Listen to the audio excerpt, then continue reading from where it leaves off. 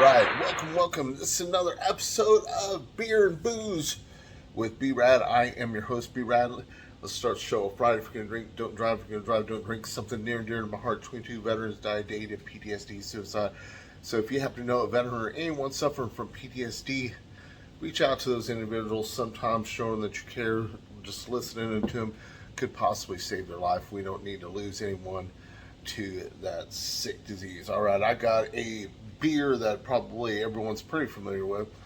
I know I'm familiar with because they're one of my favorites, and they are a brewery that has been around for quite a while, and they have an endless supply of different flavors of beers. IPAs, pilsners, Gosa, freaking stouts, all kinds of stuff. So I'm real fond of them. I hope you're fond of them too. They are Rogue. All right. I like to critique the can.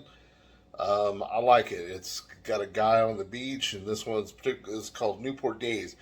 Rogue started in Newport, I believe, in 1988, which they've been around for a long time. They got into the game when the game was pretty slim pickings. All right, this is a hazy pale ale, and what I love about their cans always gives you a lot of information. 5.5% alcohol by volume, 35 IBU, and 12.2 SHM. I'm unfamiliar with that. Okay, in the morning after a long night, we like to hit the beach for some fun and relaxation. I guess that's what that stands for. Newport Days Haze Pale Ale is the perfect day sipper for such an occasion, featuring mouth-watering tangerine and peach. Gosh, I can't read this. Notes from the hops and finishing slightly sweet. It's an all easy mellow brew to get you through, and I don't know, appearance and stuff. Yes, man, I give that a freaking 92. Solid A. All right, I'm trying to make my beer reviews a little shorter for people who friends of mine who complain that I go on too long about stuff. So let's get on with this. Let's get on with it. Let's take a. Let's see how she pours. I don't know if Irish people or even foreigners find our. I'm sure we speak with some type of accent. I mean, I spent a week up in Boston working one time. Man, I had to hear about it. All right, man, we got a fantastic head on here. We got small to medium, moderate bubbles. It's not dissipating a whole lot. It is hazy as shit. Yeah, it's really hazy. It's got that orangish, goldish color. I call it. I'm colorblind, so don't call me out being like, "Oh, I think that." But see, that's what's great about beer reviews. Okay, is I could have my opinion, you can have your opinion, and we're not wrong at all. So let's go ahead and see what she smells like. Oddly enough, man, when they say you smell tangerine and peach, but I'd go with more of a grapefruit smell, but I do definitely smell notes of peach in there.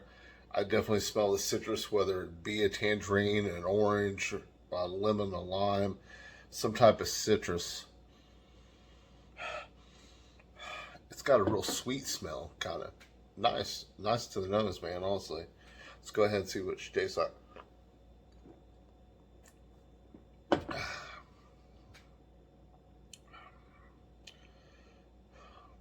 Wow,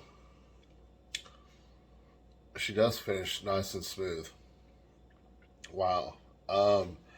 For a hazy pale IPA, man, woo, that is pretty smooth. It's got a nice. and you get the tangerine notes. I feel in the back end once you get it down. Um, you don't. There's not a whole lot of. There's just a slight hoppiness to this. It's you get more of the citrus notes and stuff in this. You know, the tangerine and the peach, I guess. Very smooth, very subtle, smooth going down the palate. Smooth, I say, very smooth. All right, I'm gonna give that. I'm gonna give it a solid 93. I feel it's an A beer. Most of the stuff that Rogue puts out is A quality, anyhow. Okay, that I find, and Rogue is got their hands in all kinds of spirits, just not craft beers. They have actual like I don't know, just cocktails that and they have whiskey. Hence, we have a little dead guy whiskey. And what's beautiful about this is they make this whiskey from the same. They use the same ingredients from the beer as anyone who knows beer and whiskey start out the same, and then one gets distilled, one gets brewed, and they distill and brew. So a fucking tastic. All right, 93. I give it. I don't know. Louisiana beer review. What do you say? I know you had to have reviewed this, but if you have not, well, hey, we can agree to disagree, and that's what makes this so fucking beautiful, man. All right. This is my own creation. Okay. Now, people may argue with this, but this is some of the creation out of my head. I like to do the chuggability. The chuggability is something I created to give you an unfair advantage against professional drinkers that may challenge you to drink off, trying to get free drinks. I've got this guy named Casey. He thinks he's a pirate. He's got a patch on his eye. Well, he was in Afghanistan. He's a fellow brother Marine of mine. And he might be looking to get a free drink. So I'm going to try to give you the chuggability on this, whether or not you may or may want to take on that bet from Casey or anybody else. So let's go ahead and give her the chuggability.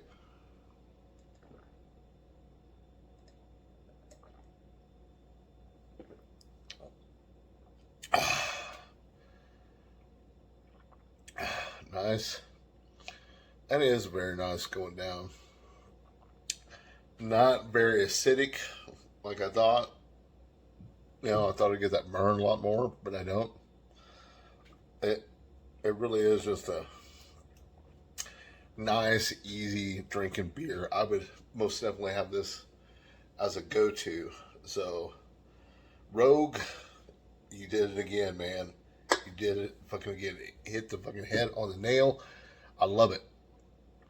All right, this is part of my beer review. I like to say thank you to the men and women that sacrificed all for the country, the ones serving, and also the ones currently serving our country, and the ones who have served the country. And like I said, to the ones that sacrificed it all that are not with us today.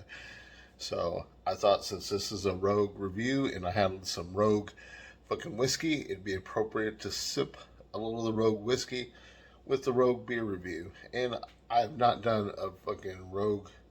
I don't think I did the Dead Guy whiskey yet, but I'll get to it. I haven't done a whole lot of whiskey reviews, honestly, but I should.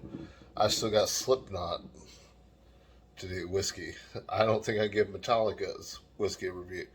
Here's to the men and women that sacrifice all for this great country. I love America. I hope you love America too. And of course, always chesty pull wherever you are.